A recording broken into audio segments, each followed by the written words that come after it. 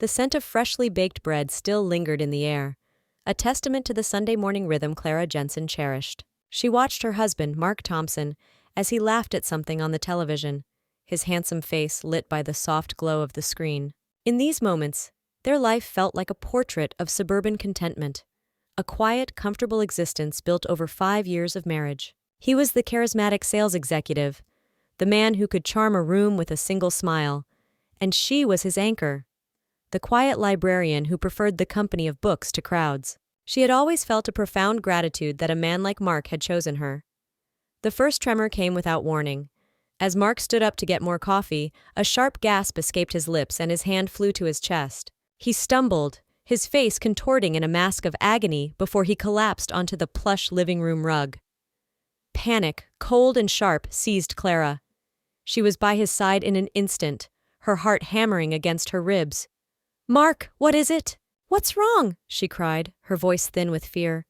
He could only manage a pained groan, his eyes squeezed shut. The weeks that followed were a blur of anxious hospital visits and inconclusive tests.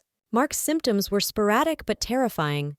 Bouts of extreme fatigue, sharp, stabbing pains, and dizzy spells that left him pale and trembling. Finally, Mark insisted they seek a second opinion at a private clinic downtown, run by a specialist named Dr. Alistair Evans.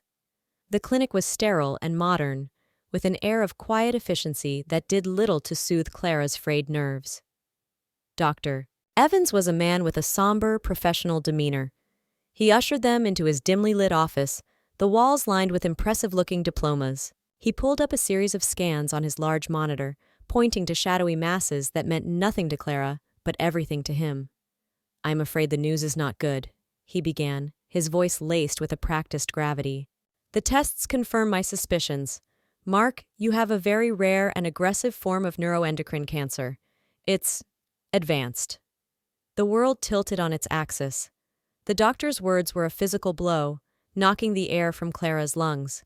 Cancer. The word echoed in the silent room, monstrous and final. She looked at Mark, whose face had crumbled into a mask of pure despair. Tears streamed down his cheeks as he reached for her hand, his grip weak and desperate. How long?" Clara whispered, the words catching in her throat. Dr. Evans sighed, the sound heavy with feigned sympathy. "Without intervention, perhaps 6 months, maybe less."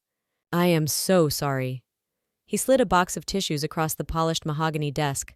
The gesture felt rehearsed, impersonal, but Clara was too submerged in her own sea of shock and grief to notice. All she saw was the man she loved, the center of her universe, being handed a death sentence. In that moment, as she held her sobbing husband, she made a silent, desperate vow. She would do anything, absolutely anything to save him. The days after the diagnosis were shrouded in a thick fog of grief. Mark was mostly confined to their bed, playing the part of a man fading away. He spoke in weak whispers, his energy seemingly sapped by the insidious disease Dr. Evans had described. Clara moved through the house like a ghost, her every action underscored by a frantic, buzzing anxiety. She researched his condition online, but the rare terminology Dr. Evans had used yielded few, often contradictory results. It was Mark who presented the sliver of hope. "There's a clinic," he rasped one afternoon, his voice barely audible. "In Switzerland. Dr. Evans mentioned it. They're doing an experimental gene therapy. It's the only chance I have, Clara." His eyes, filled with a desperate plea, found hers. Hope, fierce and blinding, surged through her. "What do we have to do? We'll do it," she said, her voice trembling with renewed purpose. He hesitated, a pained look crossing his features. "The cost? It's astronomical. It's not covered by insurance." He let the words hang in the air before delivering the final devastating detail. "They require $150,000. Up front." The number landed like a stone in Clara's stomach. It was the exact amount, to the dollar, that sat in her personal savings account, an inheritance left to her by her beloved grandmother.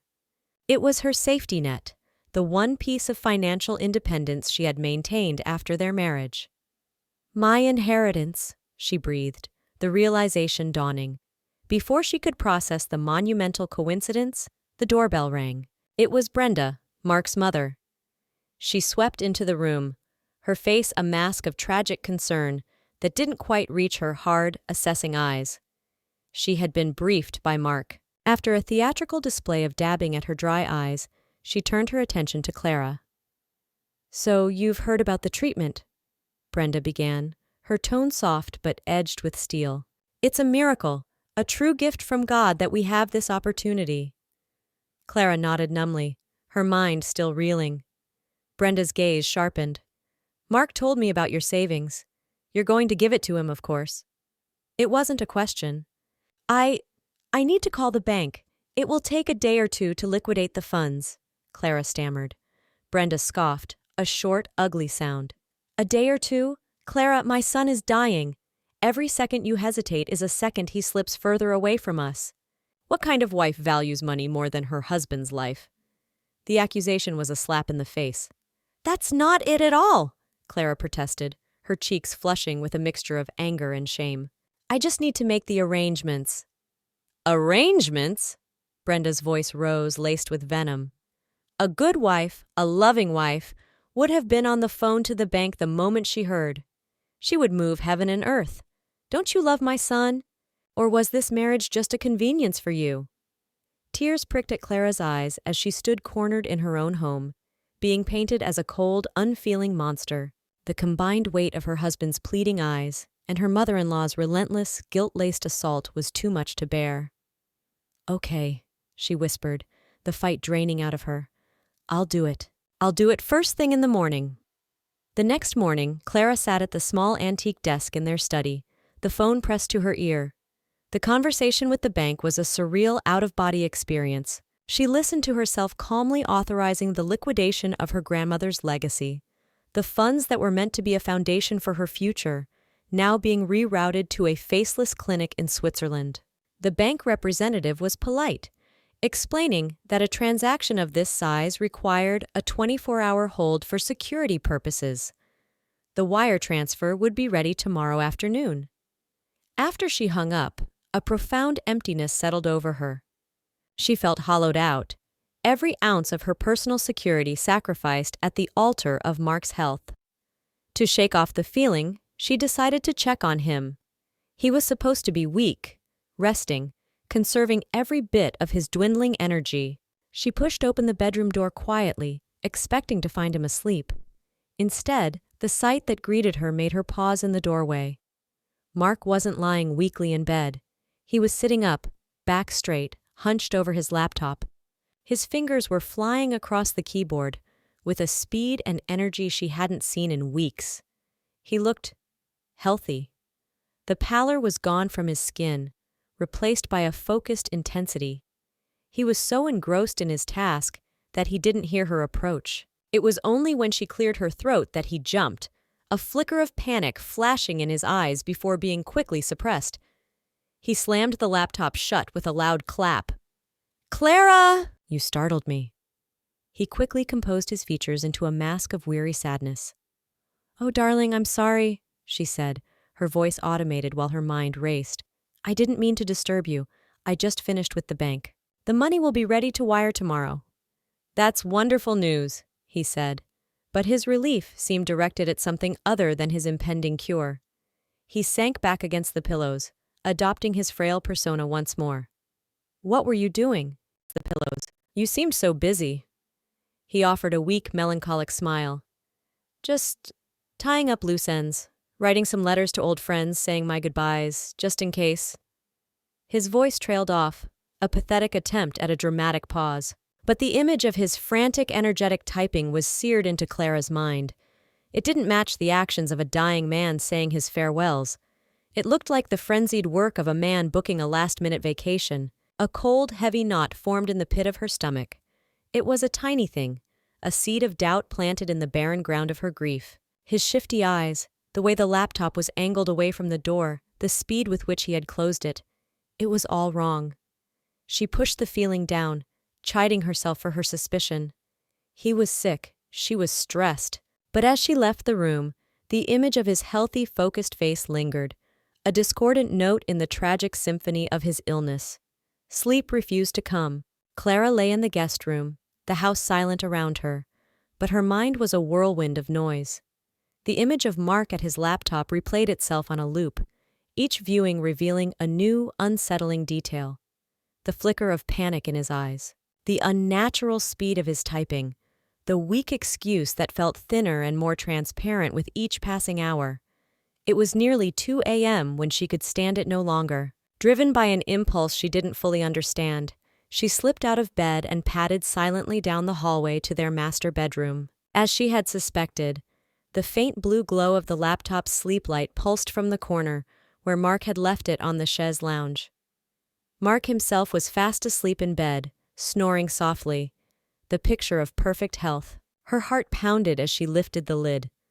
The screen sprang to life, displaying the desktop. She wasn't a spy, and the act of invading his privacy felt like a betrayal. But the knot of unease in her gut had grown into a throbbing certainty that a far greater betrayal was already in motion. Her hand trembled as she moved the cursor to the web browser icon. She clicked it open. The browser history was the first thing she checked. She expected to see searches for the Swiss clinic, articles on neuroendocrine cancer, or forums for patients with rare diseases. What she found made the blood in her veins turn to ice. The list was a catalog of deception. Luxury villa rentals, Cayman Islands, best countries with no extradition treaty with U.S., how to create a new legal identity, wire transfer tracing international. Her breath hitched. This wasn't the search history of a dying man. It was the blueprint of an escape. With a shaking finger, she clicked on his email tab. The most recent thread was not with a doctor, but with a woman named Tiffany Hayes. The messages were sickeningly sweet, full of pet names and eager anticipation. "Can't wait to be on that beach with you, away from everything," one read. But the final, soul-crushing blow came when she found a folder on his desktop labeled Travel. Inside was a single file, a flight confirmation from American Airlines, 2 first-class, one-way tickets from Miami to the Cayman Islands, departing the day after her money was scheduled to be transferred. The passengers listed were Mark Thompson and Tiffany R. Hayes. The room began to spin. Clara gripped the edge of the chaise lounge to steady herself, a wave of nausea washing over her. The cancer, the clinic, the fear, the grief. It was all a lie. A cruel, elaborate performance designed to swindle her out of her grandmother's legacy. He wasn't dying. He was leaving. And he was taking every last cent she had to start a new life with another woman.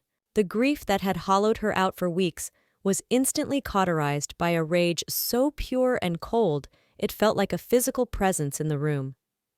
He had not only planned to rob her, but he had made her mourn him while he was still alive. The first light of dawn crept through the blinds, finding Clara wide awake, staring at the ceiling. The rage had not subsided. It had sharpened, crystallizing into a diamond-hard point of resolve. There would be no screaming matches, no tearful confrontations. Mark had written a script for a tragedy, and she would not play her assigned part as the grieving victim. She would rewrite the ending. She quietly got out of bed, her movements precise and deliberate. She called in sick to the library, her voice a perfect imitation of a wife strained by caregiving duties. Her next call was to a name she'd gotten from a friend months ago for a minor contract dispute. David Chen, a lawyer known for being as sharp as a razor and utterly ruthless in court. She explained the situation to Mr. Chen in a low, steady voice, omitting no detail. He listened without interruption, his silence a comforting presence. When she finished, he spoke, his tone crisp and professional. "Mrs. Thompson, you have been the victim of a serious crime. Do not confront him. Do not let him know you are suspicious. We will let him walk into the trap he has built for himself. Your job is to play the part of the devoted wife. My job is to handle everything else." A wave of relief washed over Clara. For the first time in weeks, she was not alone. Empowered by Mr. Chen's clear instructions, she began her work. She returned to the laptop, her hands no longer trembling. With methodical precision, she screen-captured everything: the browser history, the flight confirmations, the sickeningly sweet emails between Mark and Tiffany. Then she found the true jackpot: a chain of emails between Mark and Dr. Alastair Evans. They discussed the plan in cold, clinical detail, from the faked symptoms to the falsified medical reports. The final email confirmed the doctor's payment, a $25,000 wire transfer to an offshore account, his reward for destroying Clara's world. She printed every single page, the hum of the printer a quiet symphony of vengeance. She three-hole punched the stack of papers and placed them neatly in a binder, creating a damning dossier of Mark's betrayal. She emailed a secure, password-protected digital copy to Mr. Chen, who confirmed he had already been in contact with the district attorney's office. When Mark finally stirred around noon, feigning a weak cough, Clara was ready.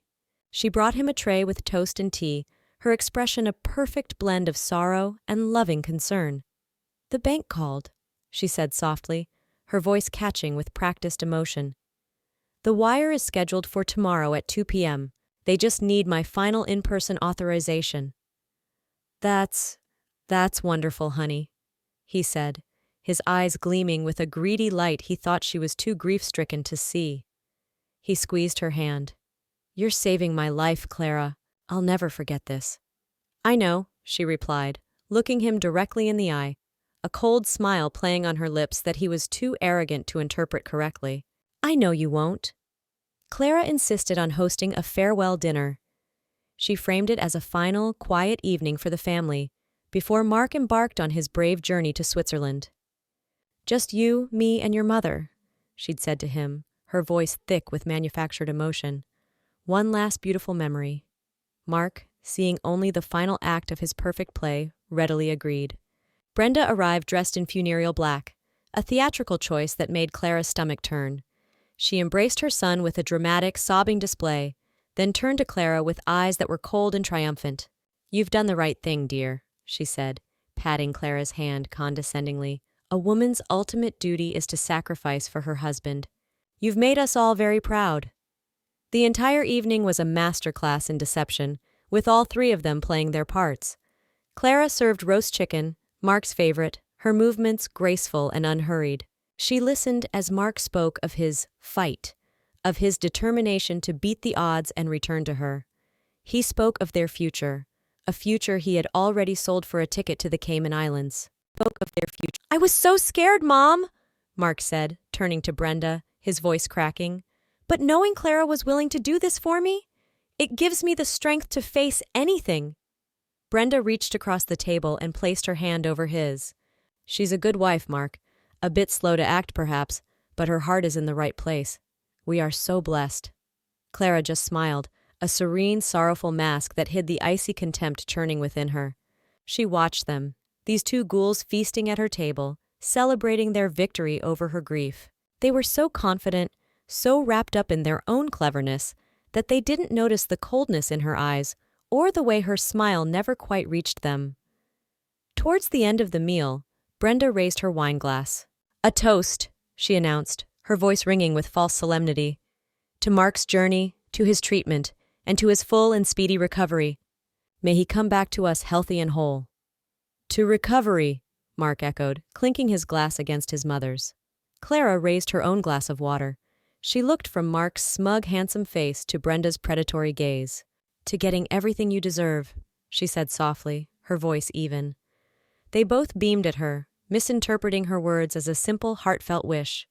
They drank, sealing their own fate, completely oblivious to the fact that their carefully constructed world was only hours away from being utterly demolished.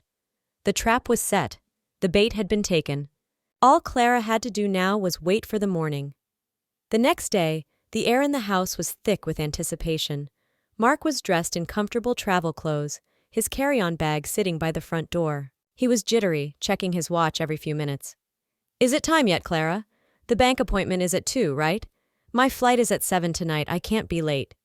"Don't worry," Clara said, her voice a placid sea of calm. "I have everything ready. I just need to pick up the final confirmation paperwork." Brenda had arrived an hour earlier to see her brave boy off. She paced the living room, offering unsolicited advice and patting Mark's arm. At exactly 1:30 p.m., Clara walked back into the living room from the study.